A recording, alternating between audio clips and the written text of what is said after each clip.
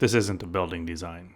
There's no site plan, there's no exterior elevations or any carefully chosen context, because this project begins once you're already inside.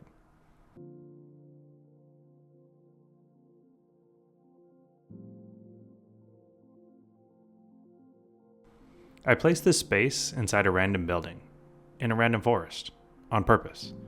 Not because the exterior doesn't matter, but because the space doesn't need it. This is an interior design project. And more specifically, it's a single interior moment designed around one activity: reading. You can imagine this as a loft inside a cabin. That's a reasonable assumption.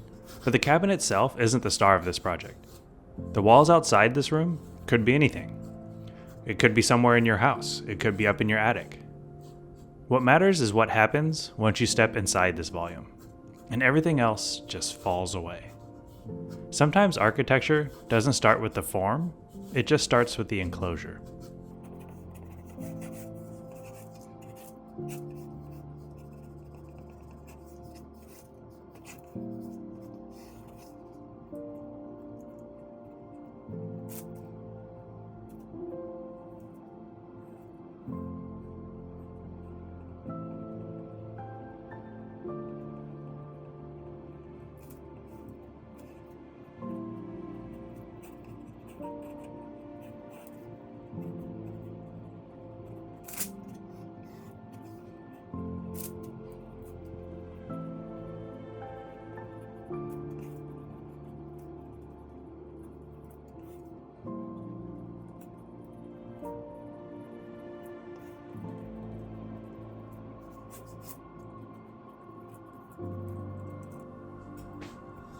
Even though this is an interior first project, there's still architectural decisions doing some real work here. The exposed gable roof defines the entire space. At one end, a full height glass wall follows that gable line exactly, not as a gesture, but as a way to bring light deep into the room. And above, skylights cut into the roof plane, letting time pass quietly overhead. This is architecture through section, not through facade.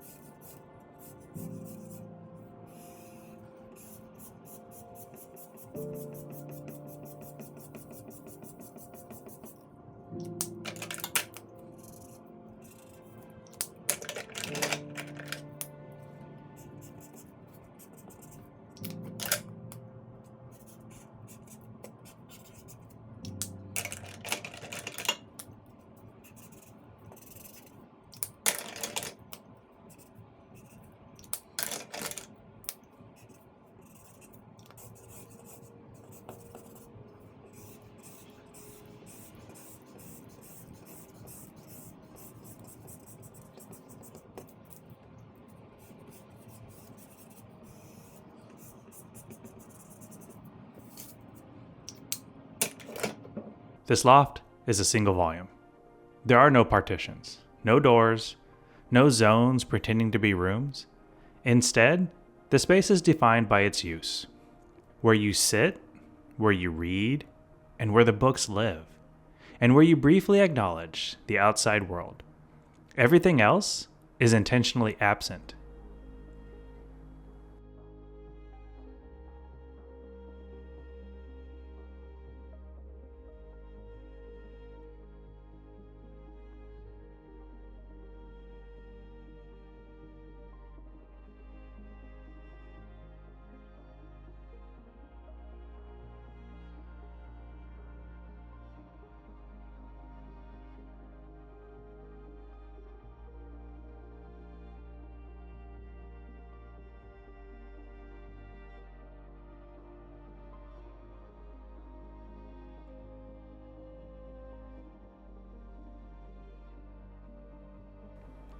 The heart of the space sits directly beneath this glass gable wall.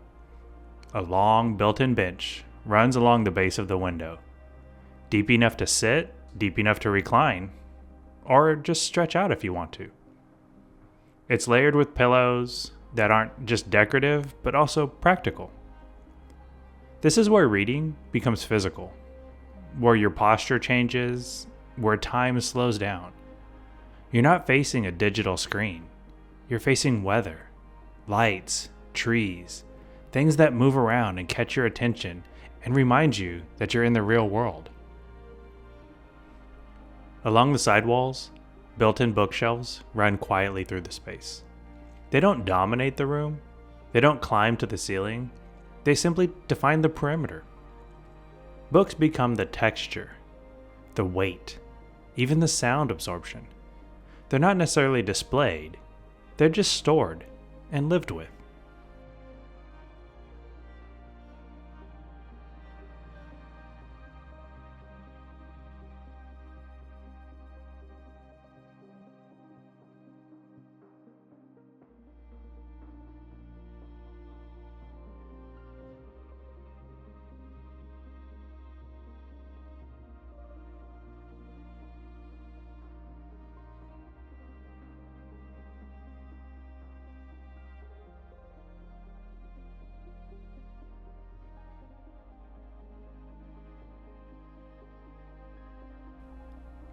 And here, near the stairs, tucked into a corner, there's just a small desk. It's almost apologetic, because this room isn't a workspace. This desk here, it's placed here for notes, for writing a line in the margin, for setting a cup of tea down while you read. The space resists productivity, without completely denying reality. The entire loft floor, it's covered by a large rug, not just as a decoration, but as a way to slow your movement. Shoes come off, your footsteps soften, and the room becomes quieter. The rug turns the loft into a room you inhabit, not just pass through.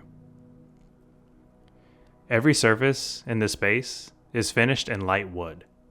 The roof, the walls, the built-ins. There's no contrast for contrast's sake. Light wood, it reflects the daylight, keeping the space calm instead of dramatic. Shadows and books provide all the variation this room needs. Light is the real program here. Skylights track the day overhead. Morning, afternoon, evening. The glass gable brings the forest inside without turning it into a distraction. There's no harsh artificial lighting, just enough to read when the sun fades. Reading becomes aligned with daylight, not clocks or notifications. This project isn't really about cabins or lofts or even reading exactly. It's about designing a space that gives permission. Permission to do one thing, to do it slowly, and without trying to optimize it. Not every space needs to be flexible. Not every room needs multiple identities. Sometimes the most honest architecture happens when you stop asking it to do more. You don't need to build this, but you might think differently about the spaces you already have. What would happen if you designed one room around a single joy and let everything else disappear? Thanks for spending a few minutes with me. And remember, always design with intent.